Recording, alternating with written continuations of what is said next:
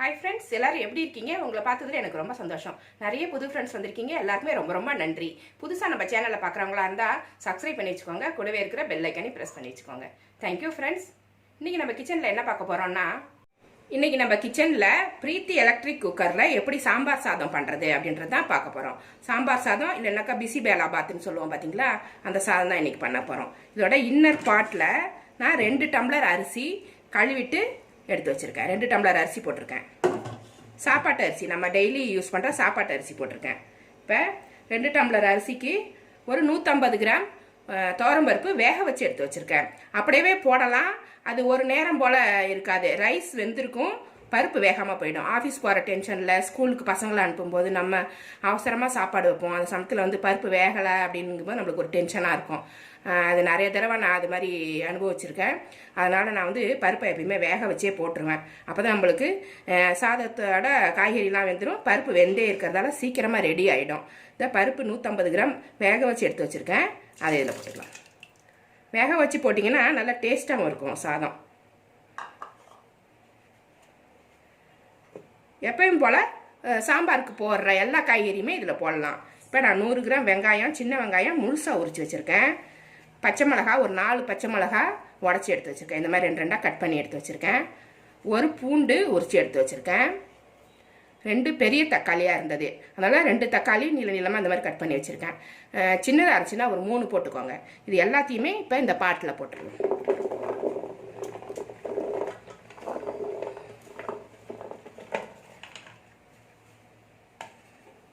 கொஞ்சமாக பெருங்காயப்பொடி போட்டுக்கோங்க.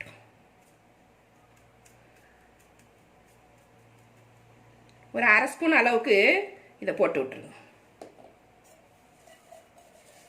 கருவேப்பிலை கொஞ்சம் போட்டு விட்டுருங்க.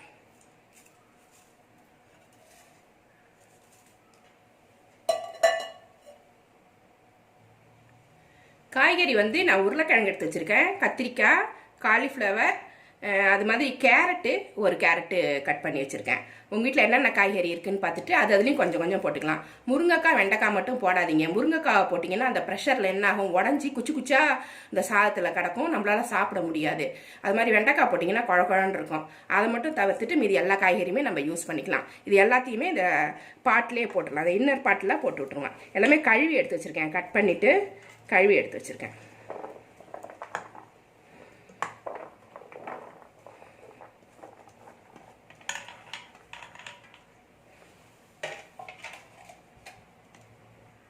அடுத்தது தண்ணி அளந்து ஊற்றிடலாம். 2 டம்ளர் ரைஸுக்கு நம்ம எப்போவுமே ப்ரெஷர் குக்கரில் எவ்வளோ வைப்போம், 2 டம்ளருக்கு 4 டம்ளர் வைப்போம். அதோட சேர்த்து ஒரு 1.5 டம்ளர் வச்சாக்கா உங்களுக்கு சரியாக இருக்கும். ஏன்னா 1 டம்ளர் வச்சா கூட சரியாக இருக்கும். ஏன்னா பருப்பு வந்து நம்ம வேக வச்சாச்சு. பருப்பு வேகாமல் இருந்தால் நம்மளுக்கு நிறைய தண்ணி செலவாகும். பருப்பு வெந்ததால் நம்ம வந்து 1 டம்ளர் அளவுக்கு அதிகமாக வச்சாலே போதும். நான் இன்றைக்கி வந்து 1 டம்ளர் அளவுக்கு மட்டும் அதிகமாக ஊற்றிருக்கேன். 4 1 டம்ளர் எக்ஸ்ட்ரா ஊற்றிருக்கேன். 5 டம்ளர்.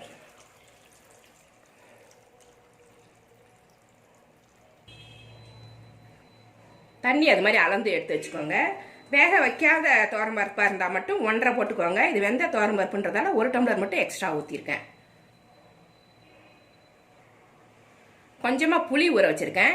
இதை கரைச்சி இந்த சாதத்தோடு சேர்த்து விட்டுறேன். இந்த எண்ணெய் அளவு அப்படின்னா ஒரு சின்ன எலுமிச்சம்பழம் சைஸு, நம்ம சாம்பாருக்கு எவ்வளோ ஊற்றுவோம் அந்த சைஸு, நிறைய ஊற்ற வேண்டாம். கரெக்டாக அந்த புளிப்பு இருந்தால் தான் அந்த சாதம் வந்து ரொம்ப டேஸ்ட்டாக இருக்கும். இதை கரைச்சி எடுத்துகிட்டு வந்துடலாம். ஒரு சின்ன எலுமிச்சம்பழம் அளவு புளி கரைச்சி வடிகட்டி எடுத்து வச்சுருக்கேன். இதையும் இந்த சாப்பாட்டோட சேர்த்து விட்டுருவோம். இப்போ குழம்பு மிளகாத்தூள், சாம்பார் தூள், சாம்பார் பொடி ஒரு 3 ஸ்பூன் போட்டுக்கிறேன். காரத்துக்கு எவ்வளோ தேவையோ போட்டுக்கலாம்.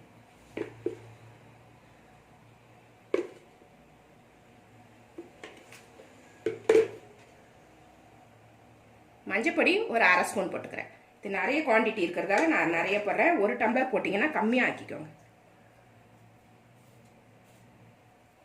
உப்பு தேவையான அளவு.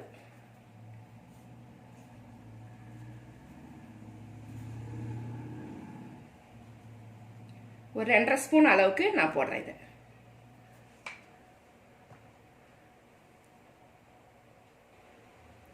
இப்போ எல்லா பொருளுமே போட்டாச்சு. இது எல்லாமே நல்லா கலந்து விட்டுரும்.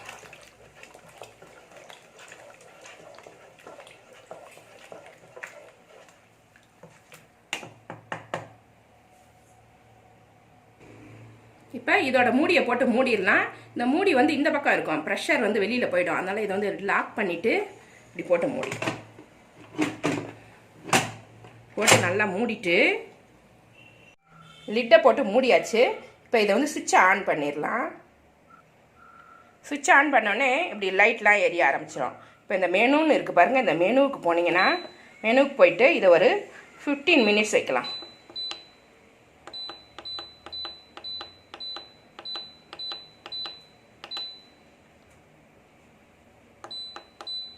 பதினஞ்சு நிமிஷம் வச்சுருக்கேன். இப்போ அது ஆன் ஆகிடுச்சி. 15 நிமிஷம் கழித்து இது வெந்து ரெடி ஆகிடும்.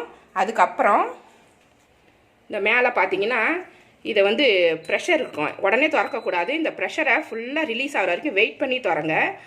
ஒரு 10 நிமிஷம் கழித்து அதுவே ப்ரெஷரில் ரிலீஸ் ஆகும்.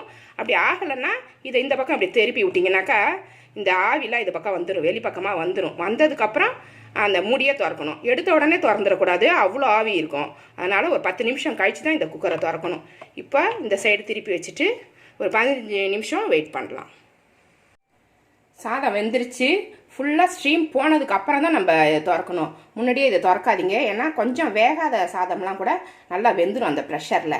அதனால் அந்த ஸ்டீம் ஃபுல்லாக போகிற வரைக்கும் வெயிட் பண்ணி இந்த திரும்ப அந்த லாஸ்ட்டில் ஒரு 10-15 நிமிஷம் கழித்து இந்த ஸ்டீம் அப்படி இந்த பக்கம் திருப்பி விட்டிங்கன்னா இந்த ஸ்டீம்லாம் போயிடும். அதுக்கப்புறமா இதை ஓப்பன் பண்ணணும். அது மாதிரி ஓப்பன் பண்ணிட்டேன் நான். உள்ளே நல்லா மசிஞ்சிருச்சு சாதம். இப்போ இதை வந்து இந்த மாதிரி ஒரு ஸ்மேஷரு இல்லைனாக்கா ஒரு கரண்டி வச்சு இந்த மாதிரி நல்லா மசிச்சு விட்ருங்க. அப்போ தான் ஒன்றோட ஒன்று நல்லா கலந்து வரும். இப்படி நல்லா குழச்சி விட்டுறணும் சாதத்தை. மத்து வச்சு கூட லேசாக அமுத்தி விட்டிங்கன்னா இந்த சாதம் வந்து உதிரி உதிரியாக இருக்கிறது எல்லாமே குழஞ்சி போயிடும், கலந்து வரும். அப்போ தான் இங்கே நல்லா சேர்ந்து வந்துருச்சு. இப்போ இதில் தாளித்து கொட்டிடலாம். ஒரு சின்ன வானல் வச்சுருக்கேன், அதில் கொஞ்சமாக எண்ணெய் ஊற்றிக்கலாம். 4லேருந்து ஒரு 5 ஸ்பூன் வரைக்கும் ஊற்றலாம், அப்போ தான் நல்லாயிருக்கும். இது இல்லைன்னா ட்ரையாக இருக்கிற மாதிரி இருக்கும். ஒரு 3 ஸ்பூன் நெய் போட்டுக்கிறேன். நெய் எண்ணெய் எல்லாமே உங்களுக்கு எவ்வளோ தேவையோ போட்டுக்கோங்க.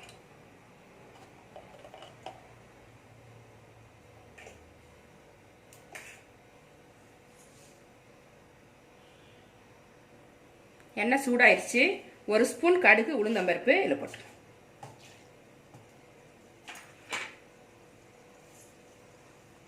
அது கூடவே ஒரு 4 காஞ்ச மிளகாய், கொஞ்சமாக முந்திரி பருப்பு எடுத்து வச்சுருக்கேன். இதையுமே அது கூட போடணும். கடுகு பொரிஞ்சதுக்கப்புறம் நம்ம போடலாம். கடுகு நல்லா பொரிஞ்சிருச்சு. இது எல்லாமே அதில் போட்டு நம்ம லேசாக வச்சா போதும், இல்லைனாக்கா இந்த கலர்லாம் மாறிடும். லேசாக பொரிஞ்சா போதும் இந்த மிளகாலாம்.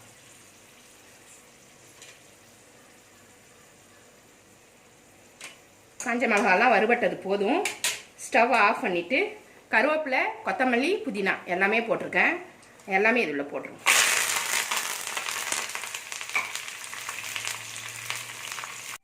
இப்போ இதை சாதத்தில் கொட்டி